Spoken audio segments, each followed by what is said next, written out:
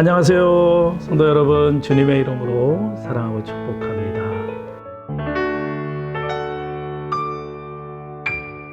남은 주간도 하나님의 말씀을 붙들고 믿음의 길을 걸어가는 여러분들이 되기를 진심으로 소망합니다.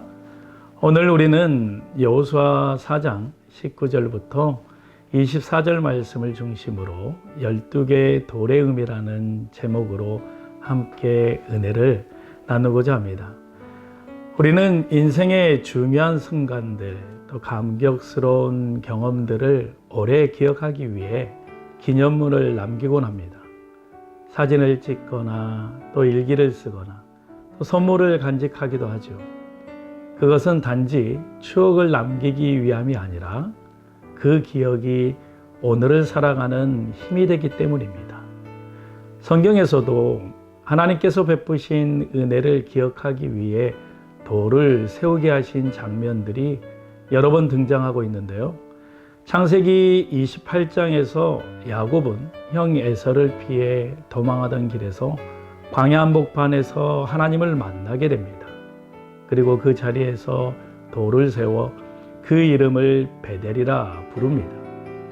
또한 사무엘상 7장에 보면 이스라엘 백성들이 블레셋과 전쟁할 때 사무엘이 미스바에서 백성들을 모아 회개하며 기도했고 하나님은 우레를 내셔서 승리를 주십니다. 사무엘은 그 자리에서 돌을 세우고 예배냈어요.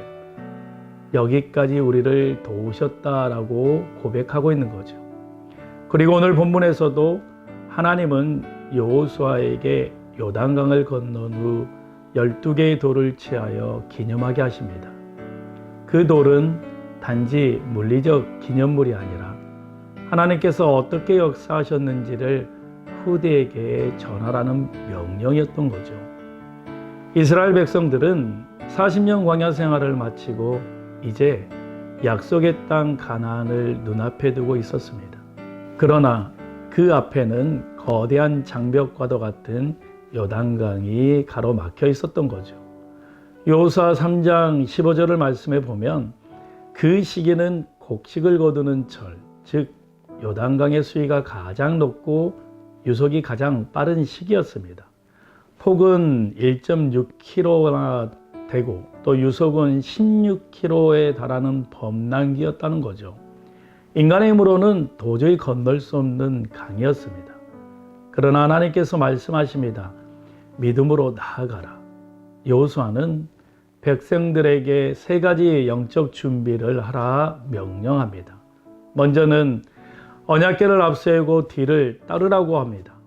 이는 하나님의 임재를 우리의 삶의 중심에 모시고 하나님을 앞세워 따라가야 함을 뜻합니다. 바로 삶의 방향을 내 뜻이 아니라 하나님께 맡기는 그러한 모습을 보여라는 거죠.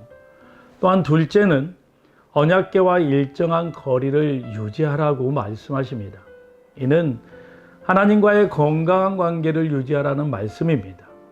거리가 너무 멀면 하나님과 멀어지고 너무 가까우면 경외함을 잃고 교만해질 수 있기 때문입니다.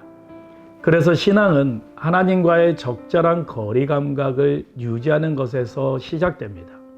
그분을 두려워하며 의지하는 긴장감이 있어야 한다는 거죠. 셋째로는 자신을 성결하게 하라는 명령입니다. 성결은 단순한 외적인 도덕성이나 예절을 말하는 것이 아닙니다. 이는 마음을 거룩하게 준비하라는 뜻이죠. 겸손함과 전적인 헌신, 내면의 정결함이 있을 때 우리는 하나님의 임재를 경험할 수 있는 겁니다. 그리고 그 믿음으로 명령에 순종하여 제사장들이 요단강을 발을 내딛는 순간 하나님께서는 그 강물을 멈추게 하셨다는 거죠. 물이 끊기고 마른 땅이 열렸습니다. 순종하며 믿음으로 발을 내디딜 때 기적이 일어나는 겁니다. 그 후 하나님께서는 각 지파에서 한 사람씩 돌을 취하게 하셔서 그 돌을 길갈에 세우게 하십니다. 그것은 단지 장식이 아니라 자녀들에게 하나님의 행하신 일들을 기억하게 하려는 교육의 도구였고 믿음의 계승을 위한 표징이었습니다. 자녀들이 아버지 이 돌은 무엇인가요? 라고 묻거든 하나님께서 우리를 마른 땅 가운데 인도하셨단다라고 대답하라는 거죠. 이 돌은 우리가 한 것이 아니라 하나님께서 하셨다는 신앙의 고백인 겁니다. 오늘날도 우리에게 있어서 그 돌은 무엇일까요? 바로 십자가가 아닐까요? 예수 그리스도께서 죄로 인해 반드시 죽어야 할 우리를 대신하여 십자가에 달리신 사건을 말하는 거죠. 우리는 그 십자가를 통해 구원받았고 죄의 강물을 건넜습니다. 그 은혜는 오늘도 우리를 살아있게 하고 자녀들에게 물려줘야 할 가장 위대한 신앙의 유산인 겁니다. 부모는 자녀에게 성공이 아니라 십자가의 은혜를 전하는 사람이 되어야 합니다. 가정 안에서 복음을 전하고 십자가의 은혜를 들려줘야 한다는 거죠. 십자가는 우리가 넘을 수 없었던 죄의 강을 주님이 대신 건너신 증거이기 때문입니다. 오늘 말씀 여호수아 4장 24절은 이렇게 말합니다. 이는 땅의 모든 백성에게 여호와의 손이 강하신 것을 알게 하며 너희가 여호와를 항상 경외하게 하려 하심이니라. 하나님은 우리가 그 은혜를 잊지 않고 항상 경외함으로 살아가기를 원하십니다. 그러므로 사랑하는 성도 여러분, 여러분들의 가정과 삶 속에 세우신 12돌이 무엇인지 다시 돌아봤으면 좋겠습니다. 그리고 그 돌들을 통하여 십자가의 은혜가 다음 세대에게 온전히 전해지기를 소망합니다.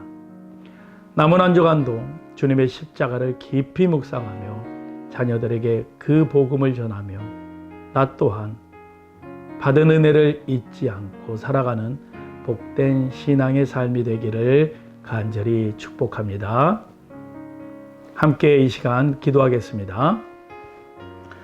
사랑과 은혜가 충만하신 하나님 아버지, 오늘 또 우리에게 말씀을 주시고 은혜의 돌들을 다시 세우게 하시니 감사합니다. 우리가 스스로는 결코 건널 수 없었던 요단강 앞에서 주님께서 먼저 길을 여시고 마른 땅을 걷게 하신 그 은혜를 기억하게 하여 주시옵소서. 주님, 우리가 지나온 모든 길 가운데 하나님의 손길이 있었음을 고백합니다. 넘어졌던 시간에도 눈물 흘렸던 골짜기에서도 주님의 은혜는 결코 떠나지 않음을 고백합니다. 이제 우리가 받은 그 은혜를 우리의 자녀와 다음 세대에게 말로만이 아니라 삶으로 전하게 하시고 우리 가정과 교회가 십자가의 복음을 계승하는 살아있는 믿음의 공동체가 될 수 있도록 하나님 함께하여 주시옵소서. 우리의 삶 속에 12개의 돌을 다시 세우게 하시고 그 돌이 하나님의 능력과 신실하심을 증거하는 도구가 될 수 있도록 하나님 함께하여 주시옵소서. 모든 영광과 감사를 주님께 올려드리며 감사드리며 예수 그리스도의 이름으로 기도드리옵나이다. 아멘. 성도 여러분, 한 주간도 주님의 축복이 함께하기를 소망합니다. 감사합니다.